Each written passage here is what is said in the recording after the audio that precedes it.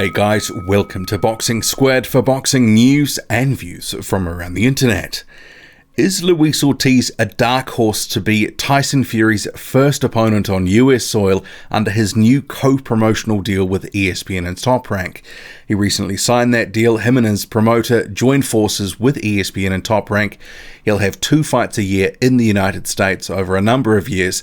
For the life of the deal, if all the milestones are met, keeps winning, all that sort of stuff, could be very lucrative. Over $100 million according to Bob Arum. But that's sort of finger in the air stuff, lots of ifs, buts and maybes for it to happen. But whatever the case, he'll get well paid for his efforts in the meantime.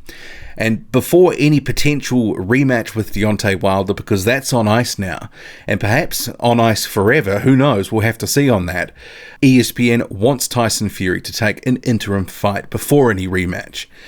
And could Luis Ortiz be that opponent? And after this call out, it got me thinking, actually, I think there could be some legs in this, and there's a few reasons behind that. Luis Ortiz is coming towards the end of his career. He's looking for some big fights, and he won't want to keep treading water in the sort of fights that he has been fighting. After the Wilder loss, which was back in March 2018, it's already been a year now, over a year, it's a year and a couple of days or whatever it is. He's fought Razvan Kajanu.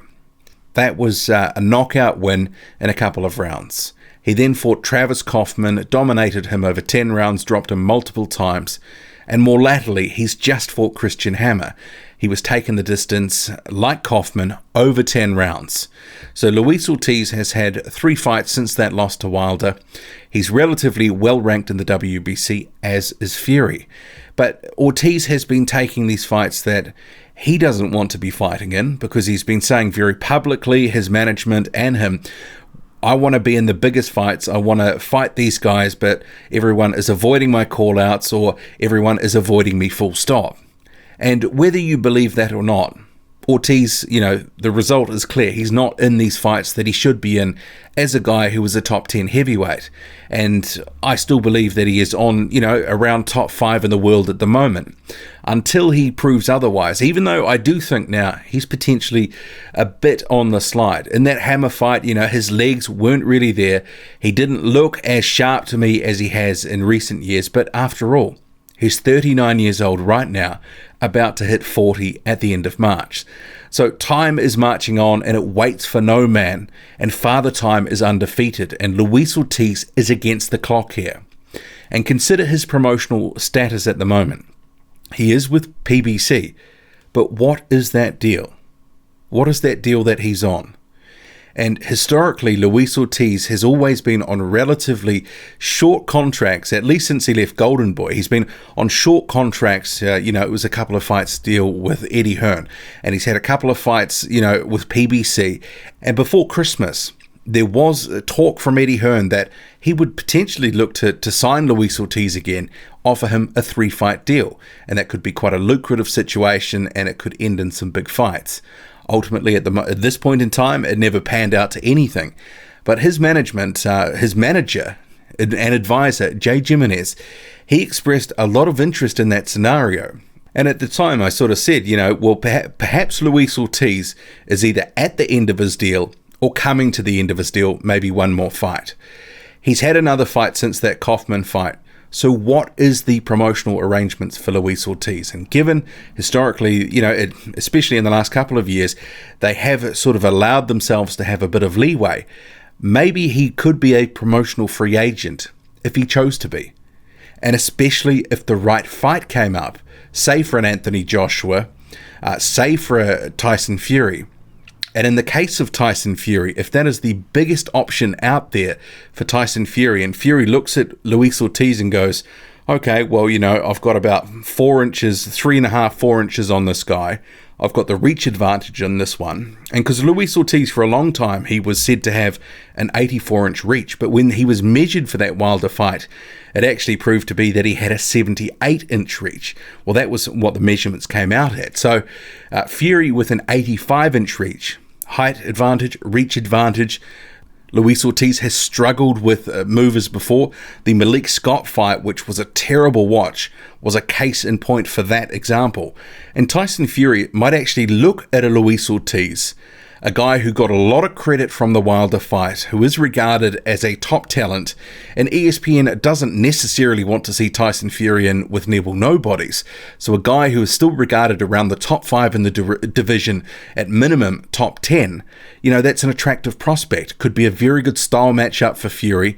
Ortiz struggles to cut off the ring at times against movers. That Malik Scott fight was, an example of that. And Fury might be able to sort of gas Luis Ortiz out with his movement, moving him around the ring. We saw against Christian Hammer, Luis Ortiz was fading quite badly towards the end of that fight. And that was a fight where there was action, especially in the first half a dozen rounds. But in the second half, it was a bit more sedate. There wasn't nearly as much action or power punches, and Luis Ortiz put away the left hand, afterwards denying that there was any issue with it.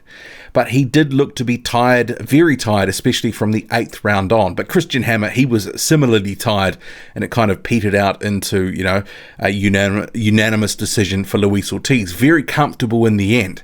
But certainly questions around Luis Ortiz, and is he on the slide? Are his legs still under him, approaching 40 now?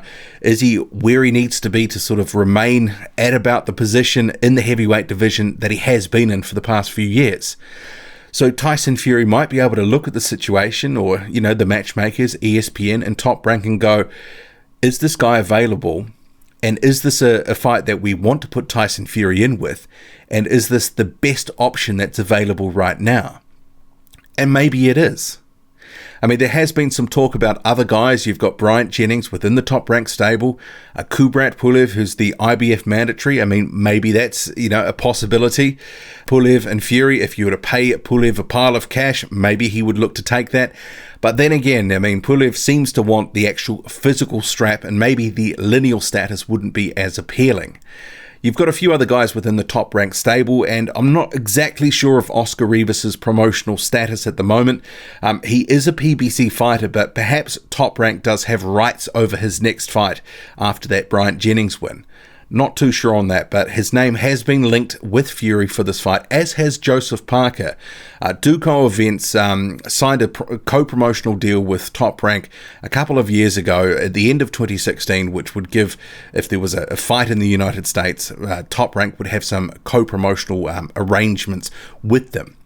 Whether that's lapsed or not, it's unclear, because they won't confirm. Top Rank ignored my email, and Duco, when I spoke to them about this about a week or 10 days ago, refused to comment on this. And this was before Parker was even mentioned with Fury. I just wanted to know the state of that deal. But Joseph Parker, is he really the sort of name in the United States right now that is going to help sell Tyson Fury? And you have to wonder, because you got to start looking at the opponent and going, who out there at the moment, has enough visibility and has done some things that we could perhaps leverage off? And maybe Luis Ortiz is that guy. He's had a world title shot. He came up short, but he almost beat Deontay Wilder. He was within seconds of stopping him in that 7th round, ultimately couldn't get the job done, ended up getting knocked out, a few rounds later. I think it was in round 10. But he did put up a good performance. He's similarly ranked, in the WBC rankings at number 3. Tyson Fury is number 2. So there are some threads to this that you could sell to the public. You could push this fight and go, this is the number 2 and the number 3 facing off. And who knows, with Luis Ortiz's promotional status, perhaps this could be a goer. But it's interesting, just this option with this call out. I was thinking, well, would Luis Ortiz just, throw out that name without being able to actually do it? Because sometimes, fighters do that. Even though they know that they can't fight a guy, they will still call them out and say that they're ducking. Classic example is Jarrell Miller saying that Deontay Wilder's been avoiding him, even though Miller isn't signed up to the WBC clean boxing program, which means he can't be ranked in the WBC, which means he could never fight Deontay Wilder. So maybe Luis Ortiz has kept his options open here, as I suspect he might have. Maybe a deal with Matchroom is still in the offing, potentially. Who knows what could happen here, because it is the heavyweight division after all, and the things that we least expect can sometimes often happen. Just look at this Tyson Fury situation as a case in point. He signed with Top Rank and ESPN basically out of nowhere. So Luis Ortiz, maybe he could be a dark horse for that fight. What do you make of it all? Drop a comment, loud and often. Hit like, hit subscribe, follow me on Twitter, boxing_squared. I'm out.